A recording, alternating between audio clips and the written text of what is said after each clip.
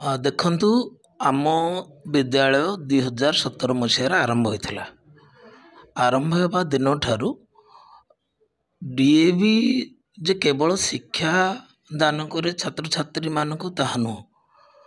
ଆଜିକା ଦିନରେ ସମାଜରୁ ନୈତିକ ଜ୍ଞାନ ଉଭେଇ ଯାଉଛି। ତ ଶିକ୍ଷା ସହିତ ଆମେ ଛାତ୍ରଛାତ୍ରୀମାନଙ୍କ ନୈତିକ ଜ୍ଞାନ କିପରି ଭାବେ ଉନ୍ନତି ଘଟିପାରିବ ତାକୁ ମଧ୍ୟ ଆମେ ଧ୍ୟାନ ଦେଉଛୁ। ଧର୍ମ ଜାତି ନିର୍ବିଶେଷରେ ଛାତ୍ରଛାତ୍ରୀମାନଙ୍କ ସମାଜ ପ୍ରତି ସେମାନଙ୍କର କୌଣସି କ୍ଷେତ୍ରରେ କମ୍ ରହିବାକୁ ହେବ ନାହିଁ। ଶିକ୍ଷା ଲାଭ କରି ଚାକିରି ଖଣ୍ଡିଏ ଯେ କରିଦେବା ତାହା ନୁହଁ, ସେମାନଙ୍କର ସମାଜ ପ୍ରତି ଅବଦାନ ରହିବା ଆବଶ୍ୟକ।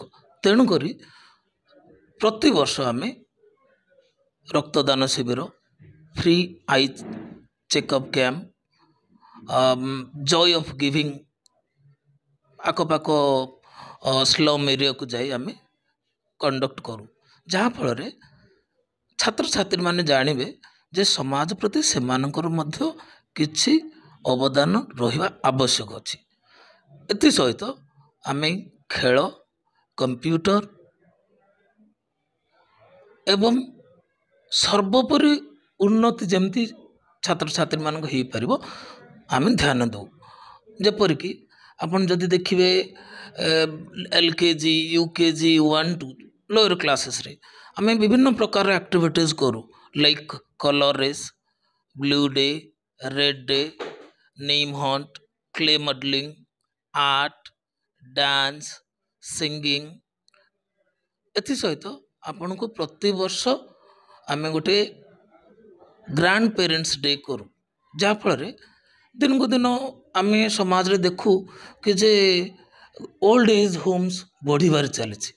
ଆମେ ଆମ ବାପା, ଗୋସାଇଁ ବାପା, ମା, ଅଜା, ଆଈ ସେମାନଙ୍କୁ ଓଲ୍ଡ ଏଜ୍ ହୋମ୍କୁ ପଠାଇ ଦେଉଛୁ, କିନ୍ତୁ ଆମେ ପ୍ରତିବର୍ଷ ଗୋଟେ ଗ୍ରାଣ୍ଡ ପେରେଣ୍ଟସ୍ ଡେ ମଧ୍ୟ କରୁ, ଯାହାଫଳରେ ଆମ ଛାତ୍ରଛାତ୍ରୀମାନେ ସେମାନଙ୍କ ଜୀବନରେ ସେମାନଙ୍କର ଜେଜେମା, ଜେଜେବାବା, ଅଜା, ଆଈଙ୍କ ଅବଦାନକୁ ସେମାନେ କେବେ ଭୁଲିବେ ନାହିଁ।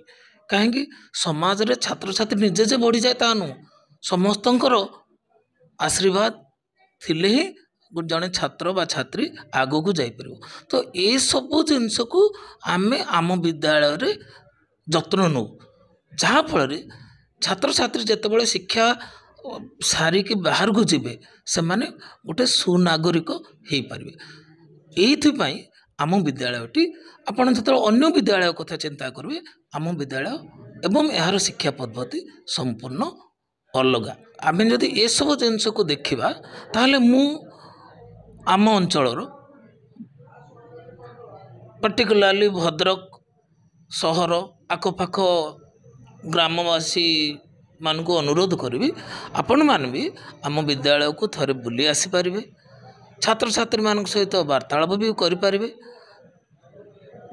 ଆମେ କେଉଁ ପ୍ରକାର ଛାତ୍ରଛାତ୍ରୀଙ୍କ ଯତ୍ନ ନେଉଛୁ, ଖାଲି ଯେ ଶିକ୍ଷା ଦେଉଛୁ ତାହା ନୁହଁ, ଆମର ଟ୍ରାନ୍ସପୋର୍ଟ ଫ୍ୟାସିଲିଟିଜ୍ ବି ଅଛି।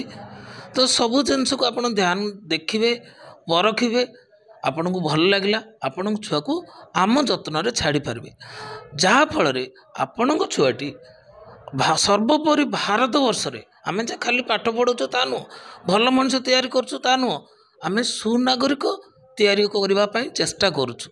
ଆପଣମାନେ ଆସନ୍ତୁ, ଦେଖନ୍ତୁ, ଯଦି ଆପଣଙ୍କୁ ଠିକ୍ ଲାଗିଲା ଆପଣଙ୍କ ଛୁଆକୁ ଆମ ଯତ୍ନରେ ଛାଡ଼ିବେ, ଯାହାଫଳରେ ଆପଣଙ୍କ ଛୁଆ ଭଦ୍ରକ ନୁହଁ, ଓଡ଼ିଶା ନୁହଁ, ସର୍ବଭାରତୀୟ ସ୍ତରରେ, କାହିଁକି DAVର 900 ବିଦ୍ୟାଳୟ, କଲେଜ,